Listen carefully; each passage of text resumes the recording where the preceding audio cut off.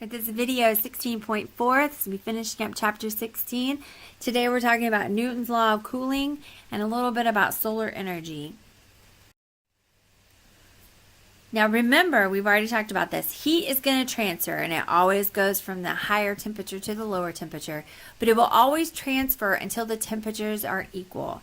If you drop a hot rock into cold water, it is going to continue to transfer until the temperatures are equal. And the rate that this transfer happens is proportional to the temperature difference of the objects and to the surroundings that you're putting it in. So there's going to be a proportional there. Now, it is called Newton's law of cooling, but it also refers and relates back to heating as well. So cooling as in the higher temperature dropping down, which is why we would call it cooling. So we're saying the heat is transferring from the high temperature to the low. But if you're the cold object, you're going to be thinking of it as Newton's law of heating because you're going to warm up as the heat is transferred. But it would be written like this, that the rate of cooling is proportional to the change in temperature. So if there's a huge change in temperature, then the rate of cooling, or the rate of heating, depending on which object you are, is going to be pretty big.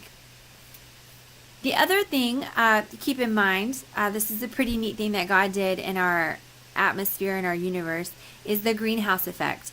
Without it, we would be quite frigid. We've always heard that we are the distance we are from the sun because it makes it perfect and toasty warm for humans and other life to live here on this planet. But the truth is it doesn't matter, because if we didn't have the atmosphere we have, specifically the greenhouse gases that are in the atmosphere, we would be very, very cold. So the greenhouse effect, what it does is it keeps the earth very warm. What's really happening is our greenhouse gases that are going to be up in the atmosphere, up in the stratosphere, what they do is they trap the low frequency waves that are not only coming from the sun but also from the earth. So remember a couple of sections ago we talked about how the earth is emitting radiant energy and the sun is emitting radiant energy. Some of those waves we would call infrared radiation.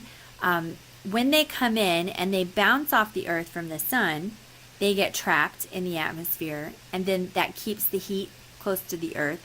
The earth is also emitting infrared radiation within its terrestrial radiation, and it is being trapped there as well. So without the greenhouse effect, we're all dead because it's too cold, regardless of how far we are from the sun. So just an example of it is how it works in a greenhouse as well. So the glass in a greenhouse prevents the infrared radiation from escaping.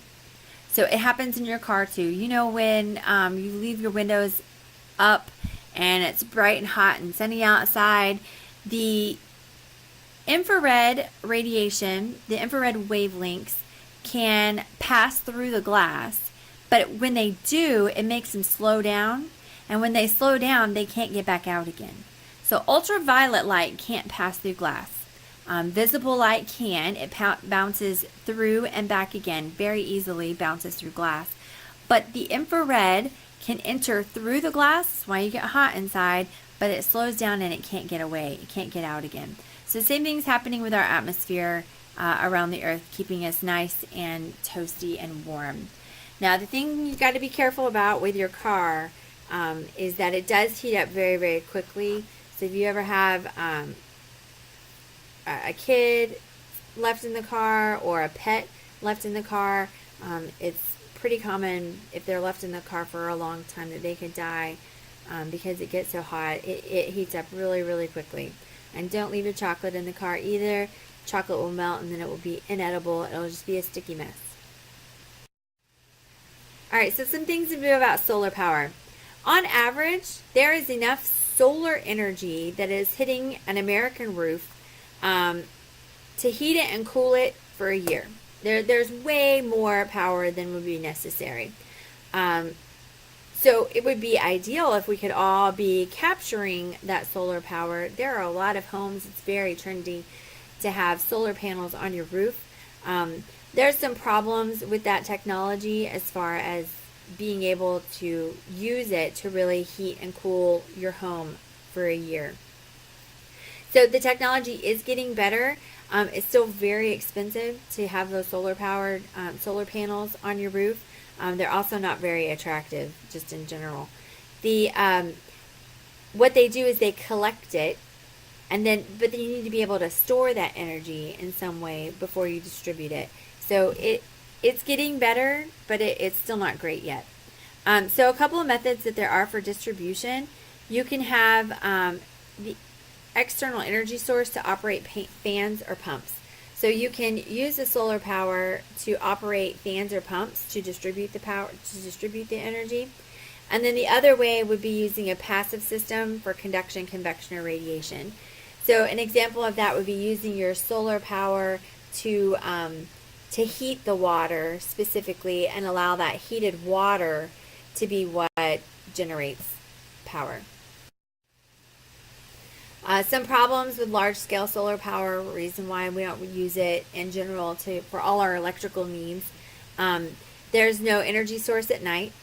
I have a student who her regular excuse for why she's late to school is because their gate to get out of their property is solar powered, and if the sun is not out, then they can't get their gate open, they can't get out of their house. So not only is there not energy source at night, if it's particularly cloudy, which it can be a lot during the winter, now you don't have an energy source during the daytime either.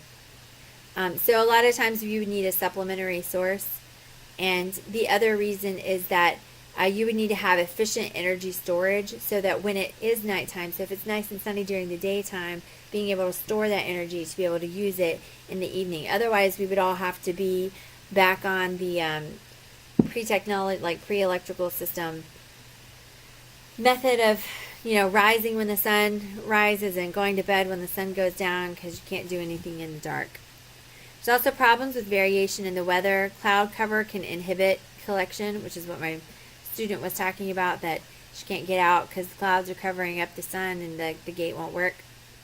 And then the problem with the variation in weather is that you can't plan for it because it changes constantly from day to day, season to season. You've got different weather patterns going on. So there's limited time for collection even on a clear day. So the sun is only going to be directly overhead for a short amount of time for each solar panel. So unless you're covering your entire roof and all of your yard, you're not getting good sunlight hitting it necessarily all the time. And in general, for right now, it is not cost effective to be able to plan to use as much solar power to use all of your energy needs based off of solar power. There's no quiz today, but there will be a test coming up soon. So have a good evening. I'll see you later.